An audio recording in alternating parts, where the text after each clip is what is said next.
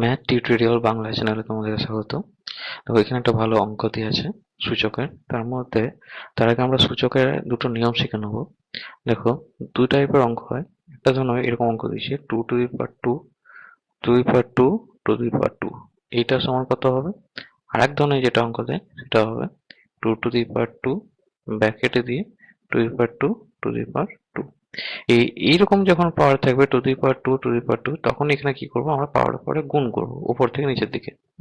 তো এইটার ক্ষেত্রে কি হয়, 2 টু দি পাওয়ার 2 ইনটু কি হয়, এরকম ব্র্যাকেট থাকলে কি হয়, ব্র্যাকেটের ভিতরে ব্র্যাকেটের বাইরে যেটা থাকে সেটা গুণ হয়ে যায়। আর ব্র্যাকেটের বাইরে কত আছে, 2 টু দি পাওয়ার 2 আছে, সমানে কত হবে 2 to the power 2 into 2 to the power 2 মানে হচ্ছে 4, সমান হচ্ছে 2 টু দি পাওয়ার 8।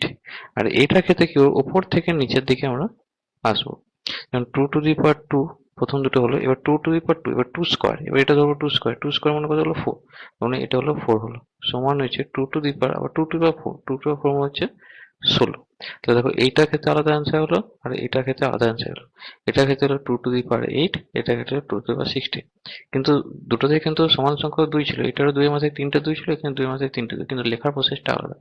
তো এইটার মতনই আমাদের যে অঙ্ক দিয়েছে এটা, তো এটা আমরা অঙ্কটা লিখে নিই। দেখো দিয়েছে যে 9 to the power 3 to the power 6 to the power 0 to the power 5, sorry, to the power 8 to the power 5 to the power 6।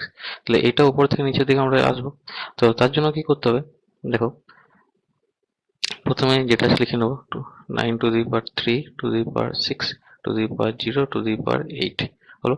এবারে কি করবো, 5 টু দি পাওয়ার 6 আছে, 5 টু দি পাওয়ার 6 মানে কিছু একটা সংখ্যা হবে, মানে 5 কে 6 বার গুণ করে একটা বড় সংখ্যা পাবো, ওইটা এখানে লিখলাম।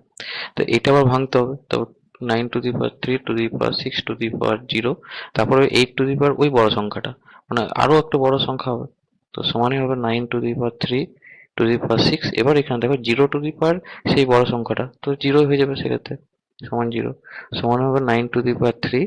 এবার 6 to the power 0, 6 to the power 0, anything to the power 0 মানে 1 হচ্ছে, সমান হচ্ছে 9 to the power 3 to the power 1, 3 to the power 1 হচ্ছে 3, তার মানে এটা হলো 9 কিউ হলো। তেমন 0 থাকলে জিনিসটা সোজা হয়ে যাচ্ছে।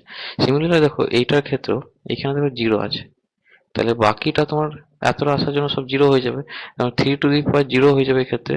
তাহলে এটাও সেম, তোমার এটা দাঁড়িয়ে যাবে 7 কিউ হয়ে যাবে। এবার এইটা দেখো, এটা কি হয়েছে 63 to the power 3 to the power 0 to the power 9।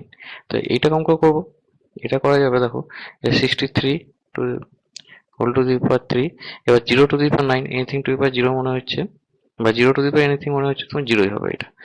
3 to the power 0, 3 to the power 0 মানে কত হবে 1, সমান হচ্ছে 63 হয়ে যাবে এটা। 63 টু দি পাওয়ার 1 সমান হচ্ছে 63। বুঝতে পারলে?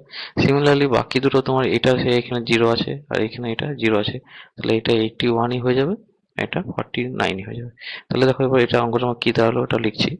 তাহলে এটা কি দাঁড়ালো, প্রথম কাটা হলো 9 cube minus 7 cube by 63 plus 81 plus 49।